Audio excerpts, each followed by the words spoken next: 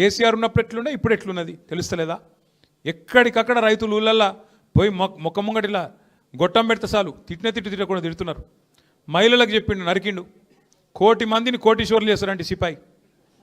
మీరు చూడరు ఇంకా డైలాగులు రోజు చెప్తున్న ఆడిడ వెనకటికి పిట్టల ద్వారా ఉంటుండేది ఒకడు తుపాకీ పట్టుకొని 1,000,000 మందిని కోటీశ్వర్లు చేస్తారంట. నేను ఒక్క మాట, నాకు పెద్ద లెక్కలు రావు, నాకు నేను మిమ్మల్ని అడుగుతున్నాను. ఇక్కడ లెక్కలు వచ్చిన వాళ్ళు బాగుండొచ్చు, ఎందుకంటే మీరు మంచిగా రియల్ ఎస్టేట్ చేస్తారు బాగా, శంషాబాదులు లెక్కలు బాగా వస్తాయి మీకు.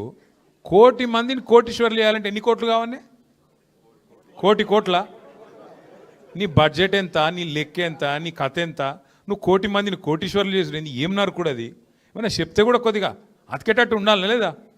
1,000,000 మందిని కోటీశ్వర్లు చేసుడు కాదు. మా మహిళల పుస్తల తాడెత్తుకపోతే ఈయననే మంచోడు. తులం బంగారం పెడతా అన్నాడు. తులం కాదు, ఇప్పుడు బంగారం ఎంత పిరమైంది ఇప్పుడు? ఇంత బాగా తెలిసిందేం రాబాయ్ మీకు? బంగారం దగ్గర లేడీస్కి తెలుస్తుంది అనుకున్నా, మీకెందుకు తెలుస్తుంది ఇంతగా? అచ్చా అచ్చా అచ్చా అచ్చా, నిన్న కొన్నారు. నా అదృష్టవశాత్తు నా భార్య అడగలేదు, నేను కొనలేదు. మీరు అనవసరంగా యాద్ చేసి ఇప్పుడు చూసిందంటే నేను వస్తా.